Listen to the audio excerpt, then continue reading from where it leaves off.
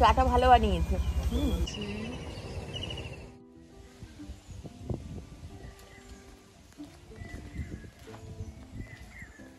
আমি হৈমন্তী আর আমার channel jumping mind. আজকে আমি আপনাদের নিয়ে চলে যাব ওয়েস্ট বেঙ্গলে খুব কাছে। কলকাতা থেকে বালাসোর আসতে 4 ঘন্টার বেশি সময় লাগে না, বাই ট্রেন অথবা বাস। সেখান থেকেই আমার যাত্রা শুরু।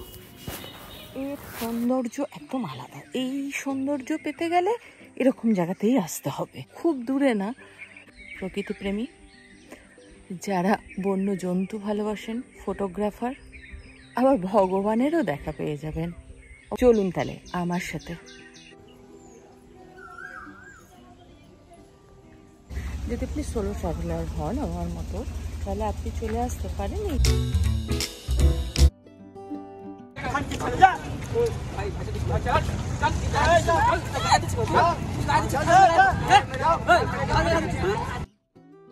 শালিমার স্টেশন। স্টেশনটা যত ঝাঁচকচকে আর উন্নতই হয়ে থাকুক না কেন, বাইরে কিন্তু ট্যাক্সিওয়ালাদের সেই অত্যাচার। আর আমরা যখন লং ট্যুরে যাই তখন আমরা ফিল করি যে পুরো হয়তো 1000 কিলোমিটার খুব স্মুথলি জার্নি করলাম, কিন্তু যে কোনো স্টেশনে নেমে, হাওড়া হোক, শালিমার হোক, শিয়ালদা হোক, বাড়ি পৌঁছতে কি ঝক্কি সামলাতে হয়। অনেক টাকা বেশি দিতে হয়, তারপরেও ঝামেলা আছে। যাই হোক, আমি কোনো ঝামেলায় পড়িনি। প্রথমে সামনের ঝামেলাটা দিয়ে শুরু করলাম, তারপরে ভিতরে ঢুকে দেখলাম সুদৃশ্য প্ল্যাটফর্ম, আর সাবওয়ে রয়েছে এক প্ল্যাটফর্ম থেকে অন্য প্ল্যাটফর্মে যাওয়ার। আমার কিন্তু খুব ভালোভাবেই করা থাকে ভিতরে। হেঁটে যাচ্ছি আমি, আন্ডারগ্রাউন্ড দিয়ে এলাম। আন্ডারগ্রাউন্ডের রাস্তাটা কিন্তু অনেক ভালো। হ্যাঁ, A2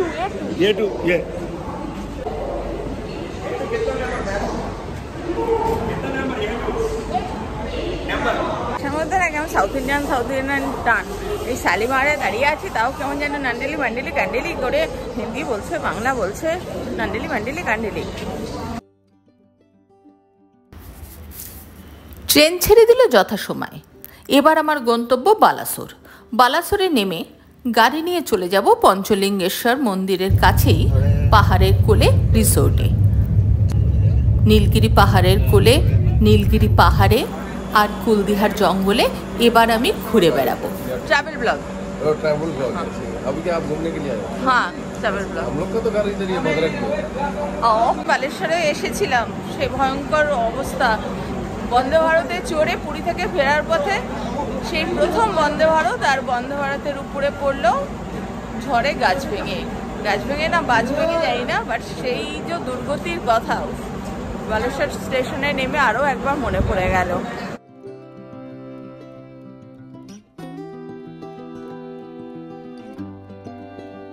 আমাদের গাইড লোক পাঠিয়ে দিয়েছে ড্রাইভারকে। সেটা আমাদের বলে দিন। 35 কিলোমিটার। 35 কিলোমিটার এখান থেকে? কি জায়গাটার নাম? পঞ্চলিঙ্গেশ্বর। পঞ্চলিঙ্গেশ্বরে যাবো? দুদিন। কালী দিবস সকালে পঞ্চলিঙ্গেশ্বর। কথায় বলে কষ্ট না করলে কেষ্ট পাওয়া যায় না, কিন্তু বাবা ভোলেনাথ আমাদের শিব ঠাকুর, তিনি কিন্তু অল্পেই সন্তুষ্ট। একটু ধুতরা ফুল, একটু আকন্দ, একটু বেলপাতা, বাবা আমাদের বড্ড ভালো। তাহলে হর হর মহাদেব, জয় বাবা ভোলেনাথ। থাকবো কোথায়? কোথায়? ওই যে বললো কুলদিহার ভিতরে থাকার কথা। তাহলে গিয়ে আবার এখানে আমরা ব্যাক করব। আপনার এই কটেজে ব্যাক করব। 6টা যাব।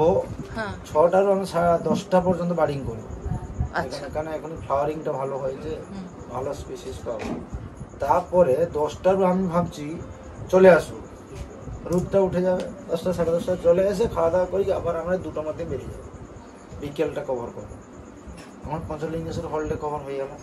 পরশুদিন সকাল 6টার সময় বেরিয়ে যাবো জঙ্গলে গিয়ে ব্রেকফাস্ট হবে, লাঞ্চ হবে জঙ্গলের মধ্যে, করে এখানে চলে আসবো 5টার ভিতরে।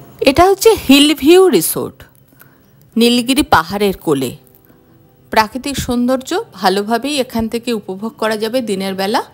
আমি দেখিয়ে দিচ্ছি এদের ডাইনিংটা, তারপরে আমি রিসোর্টের রুম ট্যুরটাও করিয়ে। দোতলার নন এসি রুম। এখানে থাকতে গেলে পার ডে পার হেড 1100 টাকা। এর মধ্যে সকালে চা থেকে শুরু করে দুপুরের খাওয়া, ব্রেকফাস্ট, বিকালে স্ন্যাক্স, চা আর ডিনার। সবাই ইনসিস্ট করলো যে নন এসি রুমই নিন, কারণ এসির দরকার হয় না, এক্ষুনি ঠান্ডা হাওয়া আসবে। বাথরুমে ঢুকেই প্রথম দেখা পেলাম একটা গেছো ব্যাঙের।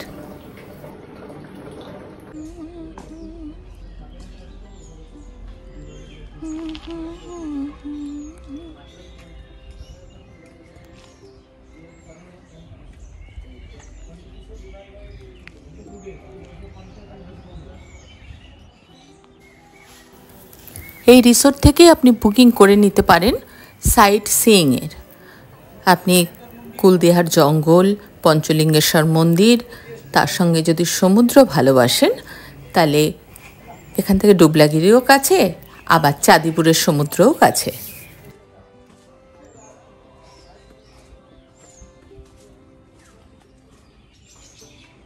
আমি একটু পার্কের ভিতর দিয়ে যাই। ও মা, দুটো হাতি এখানে। হ্যাঁ, আর এই হচ্ছে রুমগুলো, এই যে রুমগুলো একতলার। দোতলার বারান্দা থেকে প্রকৃতির রূপ দেখে আপনি মোহিত হবেনই।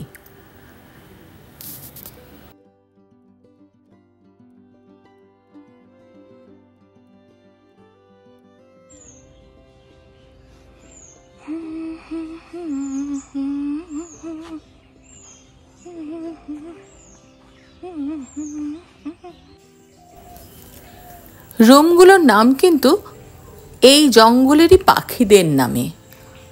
এটা একটা অভিনব, কেননা এখানকার যিনি মালিক এবং পঞ্চায়েত প্রধানও, তার রিসোর্ট এটা, এবং তিনি একজন বার্ড ফটোগ্রাফার। এটা হচ্ছে দোতলার ব্যালকনি। আচ্ছা, টোটাল 32টা রুম আছে। সেদিকে কটেজর।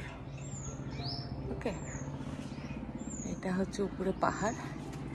এই পাহাড়টার মধ্যেই পঞ্চলিঙ্গেশ্বর আমরা বেরোবো জঙ্গল সাফারিতে। আজকে পঞ্চলিঙ্গেশ্বর আমরা যাব। বেশ রোদ উঠে গেছে, প্রচন্ড গরম। ও মা, এই ফুলগুলো ভালো ফুটেছে তো। আমার গাছের গুলো যে কবে আসবে।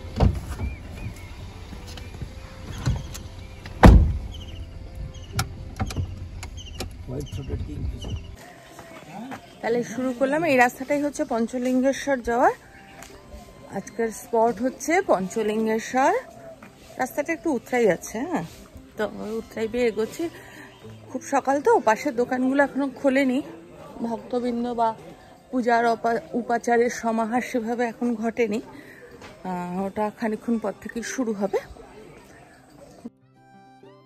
মন্দিরের সিঁড়ি শুরু হওয়ার আগে, মানে মন্দিরের গেটটা শুরু হওয়ার আগেই যে দোকানগুলো আছে, সেখানে বাচ্চাদের প্লাস্টিকের খেলনার থেকে শুরু করে পাথরের বেলুন চাকি, পুজোর ফুল, নকুলদানা, বাতাসা সব কিছু পেয়ে যাবেন, এমনকি মিনারেল ওয়াটারের বোতলও। বালাসোর থেকে মাত্র 32 কিলোমিটার দূরে জাগ্রত এই শিবতীর্থ পঞ্চলিঙ্গেশ্বর। নীলগিরি পাহাড়ের কোলে একটা গহন অরণ্য, তার মধ্যে একটা ঝর্ণা নেমে আসছে। সেই ঝর্ণার মধ্যেই লুকিয়ে আছে পঞ্চলিঙ্গেশ্বর।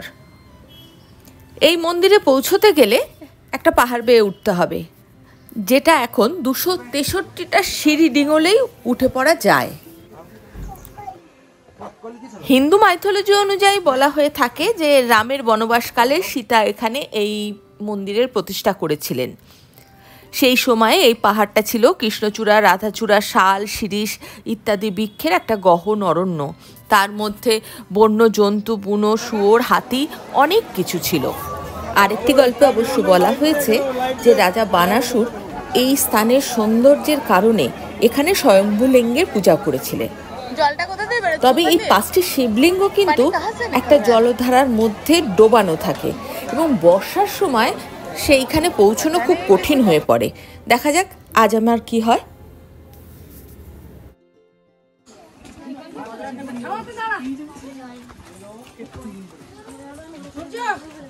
বাঙালির সংখ্যা সব থেকে বেশি বাঙালি হবে নাই বা কেন, এটা তো একদম বাংলা বর্ডারে।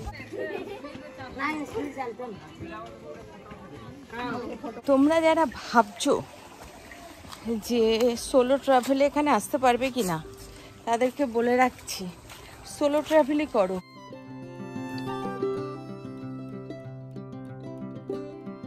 আচ্ছা, আমি এখন নামছি পঞ্চলিঙ্গেশ্বর।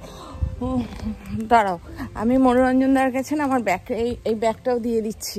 আমি আবার বলছিলাম, যদি কেউ একলা আসতে চাও তাহলে আমি মনোরঞ্জনদার নাম্বার দিয়ে দেবো, চলে আসবে, সব গাইড করে দেবো। আর অসম্ভব ভালো ছবি তুলছে, মানে আমি পুরো চমকে গেছি ওনার ছবি আর ওনার ক্যামেরা দেখে।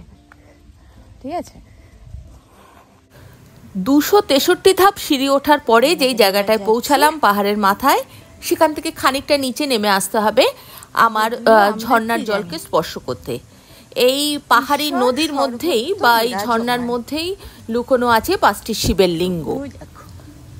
বর্ষাকালে কিন্তু এখানে আসাটা বেশ বিপজ্জনক।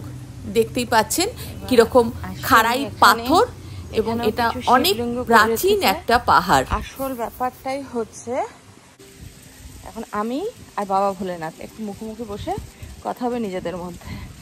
ঠাকুরমশাই চলে গেছে, যত ভক্ত এসেছিল সবাই চলে গেছে। এখানে এসে আমার মনে হলো আদর্শ মন্দির, এর থেকে ভালো মন্দির আর হয় না।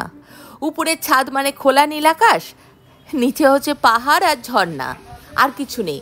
বাদবাকি যেগুলো দেখছেন এগুলো মানুষের সাজানো, একটুখানি টুরিস্টদের আকর্ষণ করার জন্য। দেখো, এটা হচ্ছে সেই জলের ধারা, যার ভিতরে ঢুকে, হ্যাঁ, এই যে উপরে রয়েছে, এই যে 5টা শিবলিঙ্গ এখানে, এই যে জলের মধ্যে হাত দিলে যে পরপর 5টা লিঙ্গ রয়েছে। ঠিক আছে,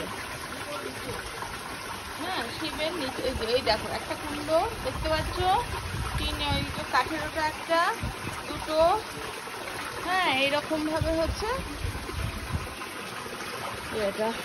আমি জানো তো, সকালে দর্শনার্থীর ভিড় দেখে আমার গাইড মনোরঞ্জন দা আমাদের টিমটাকে আগে নিয়ে চলে গেছিল পাহাড়ের উপরে জঙ্গলে, বলেছিল ফেরার পথে ভগবান দর্শন হয়ে যাবে। কিন্তু এখন দেখছি গেট বন্ধ, তাই মনে মনে শিব ঠাকুরের উপরে দায়িত্ব দিলাম যে তোমার কাছে নেওয়ার দায়িত্ব তোমারই। ঠাকুরের সঙ্গে একটা আলাদা চ্যানেল করা আছে সব সময়, সব জায়গায়, যখনই আমি চাই ঠাকুর নিয়ে। আর এই দেবাদিদেবের সঙ্গে আলাদা চ্যানেলেই হঠাৎ দেখলাম ঠাকুরমশাই চলে এসেছে এবং উনি গেট খুলে সন্ধ্যা দেবেন। আমিও সেই সময় ঢুকে পড়লাম। এখানে পাহাড়ের উপরে শুয়ে পড়তে হয়, পাথরের উপরে শুয়ে আড়াআড়িভাবে বা পাটাকে একটু উপরের দিকে, ডান পাটাকে একটু নিচের দিকে পাহাড়ের খাঁজে রেখে জলের মধ্যে হাত ঢুকিয়ে তবেই 5টা শিবলিঙ্গের অস্তিত্ব খুঁজে পাওয়া যায়। এই যে ডান পায়রা, হ্যাঁ, নামটা দেবো। হ্যাঁ, এই যে বাঁ পায়রা করো, হ্যাঁ, ঠিক আছে, একটু জোরে জোরে বস, হ্যাঁ হ্যাঁ, বুঝো আর বুঝো, হ্যাঁ, আরে সেই হ্যাঁ, যাই মনে মনে ভাবনা করো ভাই, আপনার কাছে সবাই কি এখানেই আছে? হ্যাঁ, এটা 2টো 3টে পাচ্ছি, 4টে 5টা পেয়েছি, হ্যাঁ, বাস রোজ কেন লাগে? এই আমার বাবা